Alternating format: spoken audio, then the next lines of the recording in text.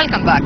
Tourism is such a big power when it comes to promoting economy, and we are celebrating every year the World Tourism Day, which we recently celebrated together, not only here in Egypt but all over the world. To know more about the World Tourism Day and to know how to promote this very vital segment of our economy, we are very much delighted to have with us Mahmoud Abu Zeid, our tourism expert and our tour guide. Thank you very much for being with us, Mahmoud. Thank you. And let's speak, or let's shed more light before going into details, of course, about the World Tourism Day. So, World Tourism Day speaks or underscore the importance of tourism on a global scale. So, tourism is very, very important in all the world, not just for Egypt and not just for economy. It's very important. It's an spiritual and educational experience for all the tourists over the world. So tourists, when they come here to Egypt, they don't visit just a foreign country for them. They live the country itself. They live with the people.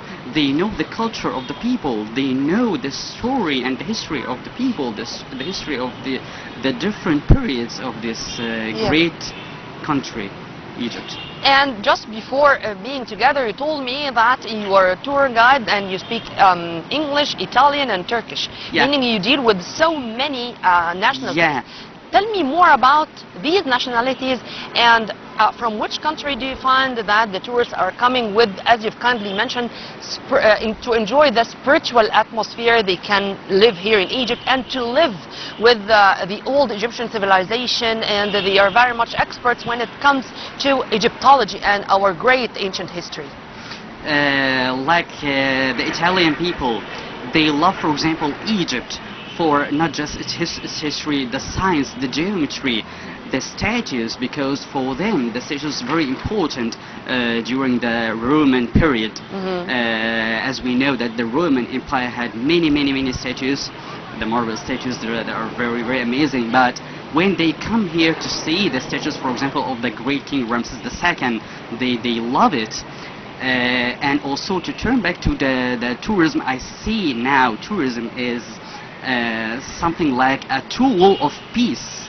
I can title the World Day of Tourism of the slogan of peace and tourism together. Because the tourism now connects all the nations and all the different countries with each other. Make us know each other more. More and more, and understand also each other, accept the differences between each other. And also, Mahmoud, I think our tourism map is getting different, and there are a lot of additions to our tourism map. And when we know that the Grand Egyptian Museum is going to be inaugurated officially that soon, when we do have that the journey of our Holy Family, the Grand Transfiguration or At-Tagalli Al-Azam project is one of our priorities now too when it comes to our tourism agenda. How do you see these additions or these modifications? I see them amazing, especially the journey of the Holy Family. And because of my childhood, I love Saint Mary. I love Saint Mary, and from my childhood I used to go every month at least one day to the church of the cavern, where the Holy Family passed 3 months there. And just by luck now I went there this morning. To the cavern church. I love it so much. I love also the wheel, which is a live miracle. We can see that miracle now of Saint Mary in Egypt. And this has nothing to do with Muslims or Christians. This is for us as Egyptians. As Egyptians, and also for Muslims, we have the chapter of Mary and the chapter also of the family of Joachim, the father of Saint Mary. So in the Quran, Saint Mary was mentioned, also her birth, not just her life as a woman, but from her birth to the birth of Jesus also. peace be upon them all. Yeah. But this does not mean that we are in a rosy age or in a rosy era. Yet there are some challenges, at least in front of our tourism sector. What are the most important challenges confronting tourism? Yeah, first of all, the rumors everywhere about Egypt is not safe, blah blah blah, but I say it's Egypt is safe, Egypt is peace. If you look at the banknote of the 200 pounds of Egypt, it was written in hieroglyphics. Hatib Bul Kemet, peace is Egypt. And I believe that it is. Peace is Egypt. Yeah. And Egypt is the country of peace, is a peaceful country and a peaceful also nation. Yeah. In addition to, if you permit me, let's speak about the global crises. Unfortunately, there are global crises right now. And when it comes to the negative impacts of these global crises on the economy of the whole world, I think it's also having its negative impacts on tourism, if you agree with me on that. Yeah, I agree with you. If something just happened in a different country in the world, a crisis, some war, something like that, all of this affect on tourism here in Egypt. We can notice this as tour guides. We suffer from it.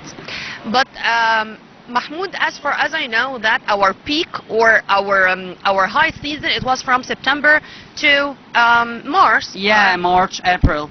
Something like that. But now with the festivals, we do have like the one in Al Alamein in the north coast and stuff like that. We can attract visitors at least from the Arab region to come and to enjoy their summer here in Egypt. Sure, it's true. And also I should, or I want to focus on the marketing, because if we have just a good marketing with videos on social media, blah blah blah, and yeah, it can help the tourism here in Egypt. Yeah, and it can turn the whole year long into a high season. Not only in the winter. Not just from September to March. Yeah, Egypt is very good also in summer. Yeah, it's a little bit sunny, but it's acceptable. Yeah. And when it comes to our new museums, because now there are new museums scattered all over Egypt. I mean, when I know that there is a Sohag Museum, for example, that there is the Royal Vehicles Museum in Sharm el Sheikh, that in addition to, of course, Hurghada Museum, the Civilization Museum, where there are the mummies. The great mummies. Tell me about that. Do the tourists know about these new museums and they want to visit them? Yeah, especially the Civilization Museum. Everyone wants to go there to see that from the pre-dynastic period, what did the ancient Egyptian people, the differences between just the tools, the stones, and then the mummification of the ancient Egyptian bodies of the kings, our kings, especially Ramses II, Tutmosis III, the great Tutmosis III, Queen T, because she has also the hair, all the women in all the world wants to know, the secret of her hair. Yeah, that's why. Do you know the secret? Would you tell me? Regarding this, of course, it's a source of pride for us as Egyptians know that we are enjoying such civilization. But tell me more about the other sides. I mean, for example, you are going to find some tourists who want to go to El Mu'izz Street to enjoy the Islamic Cairo or the old Cairo. Others would go to the complex of religions or Mugamma al-Adyan. Tell me more about other sides. Yeah, I see that also every country and every tourist, not just countries, every tourist has his own hobbies and own thinkings about Egypt. Some of them come just for the pyramids and Egyptology, Saqqara pyramids, the tombs, blah blah blah, and some of them come to my street to see there the mosque. And when I go to the mosque, I like also to introduce Islam, about the religion and the facts about Islam, the faith of Islam, the faith of God and the prophets mentioned in the Quran. Yeah. Tolerance, peace, accepting the other. Yeah, everything. Islam, the word Islam itself comes from salam, which is mean peace in Arabic. Yeah. I think now when we enjoy the inauguration of the gym or the Grand Egyptian Civilization, it's going to be another turning point. What do you expect, Mahmoud? I mean, do you expect that we're going to have charter trips, for example, particularly for the gym? Sure. And if yes, what we can witness? I mean, what's your piece of advice? What we should go and see first? Sure. For example, last week, a Turkish tourist asked me about the gem museum, and he wanted to see the show of Tutankhamun. Oh. But I said sorry, because now there is no that show. He can't see it, but he wanted to see it because all the world spoke about the show of Tutankhamun, the history of Egypt, the history of the creation of the world mentioned in that show, and then the history of King Tutankhamun, that golden king. Yeah.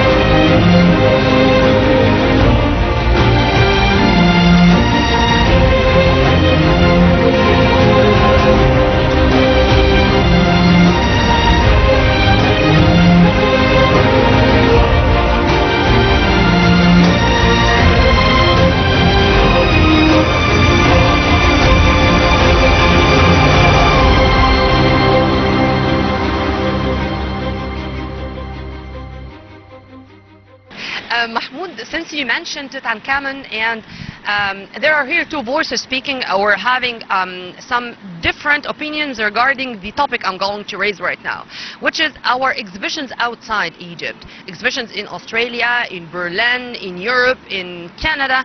There are some exhibitions with our some artifacts, some pieces, and they tour the European or the Western capitals and return back, of course, to Egypt. How do you see this as part of the propaganda we have to propagate for our monuments? Yeah, I see it's also good to make the other nations and other countries to see our monuments, and I am very, very proud of it, because it's also it's get the attraction of the other people and other nations to Egypt. Everyone, when they saw just something about Tutankhamun, they thought about also, oh, what about the mosque? What about the coffins, the golden coffins? And they come here to Egypt to see them. Yeah. One final question, Mahmoud, regarding having events in the halls of such museums.